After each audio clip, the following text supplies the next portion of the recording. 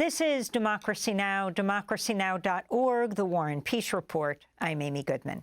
As we continue our Juneteenth special, we turn now to the pioneering musical artist Rhiannon Giddens. She first gained fame as a member of the Grammy Award-winning Carolina Chocolate Drops, a black string band which inspired a new generation of black musicians to play the banjo and fiddle. Giddens has gone on to have a celebrated solo career and has even collaborated with Beyoncé. Giddens' banjo playing can be heard on Texas Hold'em, a hit single by Beyoncé, who became the first black woman to ever top the Billboard's Hot Country Songs chart. In 2023, Rhiannon Giddens won a Pulitzer Prize for her opera Omar, about Omar ibn Said, a Muslim scholar in Africa sold into slavery and forcefully brought to Charleston, South Carolina in 1807. In a moment, we'll hear Rhiannon Giddens talk about Omar, but first an excerpt from the song Julie's aria from the opera Omar. My daddy wore a cap like yours.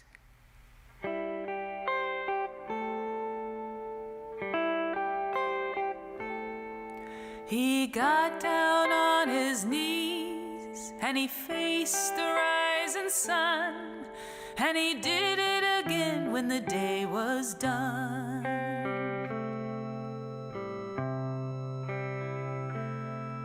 He wouldn't eat this and he wouldn't eat that, no matter the lean, no matter the fat.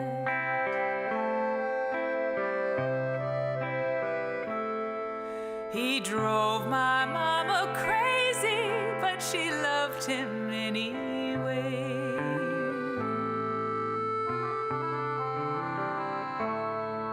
They found each other in the darkness.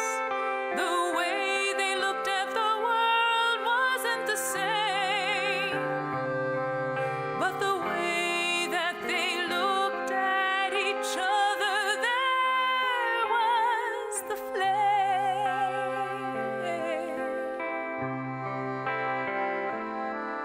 They sold my daddy down when I was 10. That's Julie's aria from Rhiannon Giddens' Pulitzer Prize-winning opera Omar, which she wrote with Michael Abels. I spoke to her in October 2023, on the day she received the Pulitzer Prize. Rhiannon, this is just astounding. Can you talk about the life of Omar ibn Said? I can, yeah. He was a 37-year-old Quranic scholar. He'd been studying, for all of his adult life, and even when he was a child. And he was 37 years old, and he was sold into slavery. His compound was overrun, and he was sold, and he had to go over the Middle Passage, and he ended up in Charleston, was his first port of call. And he was sold to a man there that I think used him pretty badly, like put him in the fields and treated him very badly. And he ran away from him, and he ended up in North Carolina. And they found him in a jail. They put him in jail because you couldn't just be a random black person walking around. Somebody had to own you, or you were, imprisoned. And so he was put into jail, and he was found there, and he had written on the walls with the ashes verses of the Quran. And so he was sold to a family in North Carolina, where he lived out the rest of his life, another 50 years. He lived into his 80s and was never freed. And the reason we know who he is that he wrote an autobiography in Arabic. So he was pressed upon to write the story of his life, even though he begins it with, "I cannot write my life," because this was 20 years after he had been brought to the United States. And it's just a remarkable document. It's the only, as best as the scholars who've told me know, it's the only autobiography written by an enslaved person while they are enslaved that we have, anywhere in the United States. And it's definitely the only document written in Arabic by an enslaved person. So it's a really special thing that we have it. And I was commissioned by the Spoleto Festivals, the first opera they commissioned, to write an opera. And I brought in Michael Abels, who's an incredible composer and film scorer and who knows the orchestra and knows how to write for orchestra. I know how to write for banjo and for voice. So between the two of us, we created the score for Omar, and I wrote the libretto. And it was a really intense experience, you know. But it's just so amazing that Omar's story has been is being lifted by this opera, being lifted by the existence of this work, and more people are knowing about him. Because the whole point for me was to complicate again the complication, to complicate the American narrative. Like, who gets to say that they represent the American story? You know, why is the Mayflowers, you know, somebody who came on the Mayflower, why is that held up as representational when Omar's is just as representational? It's just not as, you know, it's not as pleasant. It's very challenging. And also that there were so many Muslims that were brought over to the United States, and they have, you know, a massive impact on the culture and in some places the language. You know, if you go to the Georgia Sea Islands, where you can trace some of the words in Gullah to Arabic. So it's just an opportunity to really just kind of blow things wide open and go, well, this is another huge part of the story that hasn't been told. And going through the life of Omar, you can really represent that in a way that's just really remarkable. Because he was remarkable, you know, he was remarkable. That he was able to hold on to his faith. He quoted the Quran till he died, you know, and he was by himself. He wasn't, like, you know, surrounded by people that you know, like he was when he was back home, and he has to carry the whole thing on his own. You know, he has to remember the verses. He has to remember the language. He has to do it all, you know, in isolation. And that's just, you know, it's a thing. And he did it. And now he left something so that we can, you know, look at his words and go, wow, what a remarkable life. Rhiannon, you talk about Omar living out his years in North Carolina. You were born in North Carolina, in Greensboro. Can you talk Yes. about your own indigenous and African-American roots and how you first picked up the banjo, how you got involved with music, the trajectory of your life and all of the musical forms that you have now excelled in and expressed yourself in? Wow. Okay. How long do you have? Okay. I'll give you the capsule version. Yeah, I'm from North Carolina, from a mixed family, mixed black and white, and I know indigenous, you know, back there is kind of a typical Southern story of black, white, and red mixed in sort of indiscriminate ways.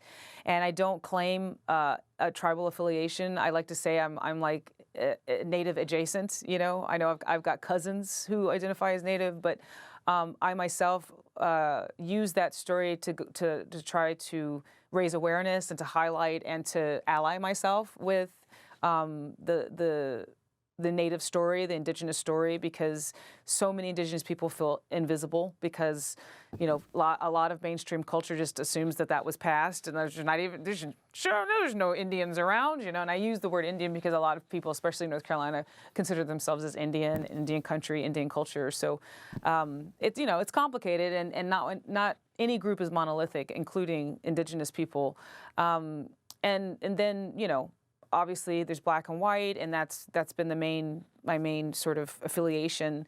And I didn't know anything about Omar's story, which made me so mad because I was born and raised in North Carolina. But anyway, that's another thing.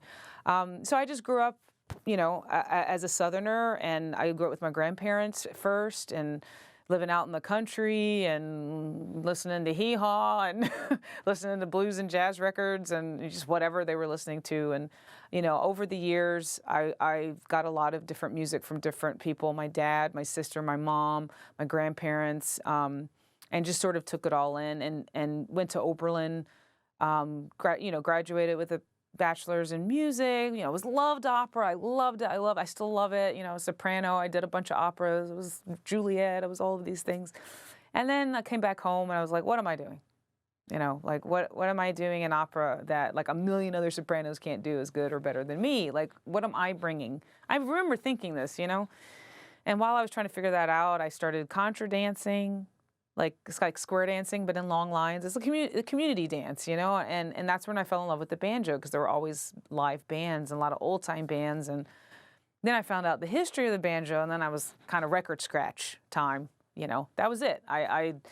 It wasn't just because I love the banjo, but I felt the injustice of having been raised in North Carolina, surrounded by banjo music, not knowing the true history of the banjo, like wanting to learn the banjo and feeling like I had to ask permission, and then finding out that the banjo itself is a Black instrument and that the tradition itself is a Creole tradition that's a cross-cultural collaborative tradition, and that I didn't have to ask any permission to play this music because it was my music, and I just got really upset, I just got mad. I was just like, why haven't I been told this? Why don't I know this? And then immediately falling on the heels of that question was, and in whose best interest is it that I don't know this thing?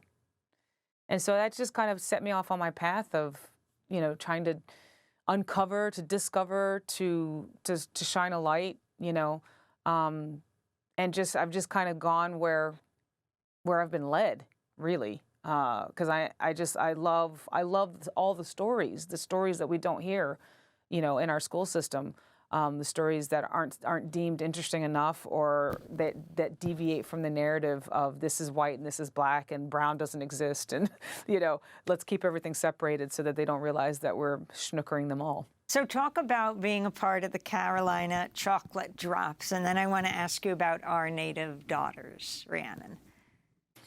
Of course, yeah. The Carolina Chocolate Drops is a Black string band that was formed around 2006, and kind of the center of it was learning from Joe Thompson, who was an 86-year-old African-American fiddler from Mebane, North Carolina, that was one of the last proponents of the old string band position. Not the only Black fiddler, left in the country, but one of the last of that kind of old time, Black string band tradition, rural tradition, where it had been passed down as an oral tradition.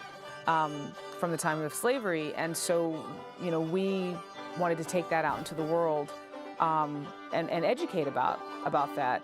So it was myself, Dom Flemons, and Justin Robinson were the original members of the Chocolate Drops. Over the years, there would be different, really super talented Black instrumentalists and singers who have come into the group and gone on to do great things, like Layla McCalla, Hubby Jenkins. The first trio was myself, Dom, and Justin, and we were the ones who worked with Joe Thompson for some years. And then Our Native Daughters, and songs of our natives' daughters, which highlight the struggle, the resistance, the hope of Black women resonating back to the 17th, the 18th, and 19th century. Talk about your work there.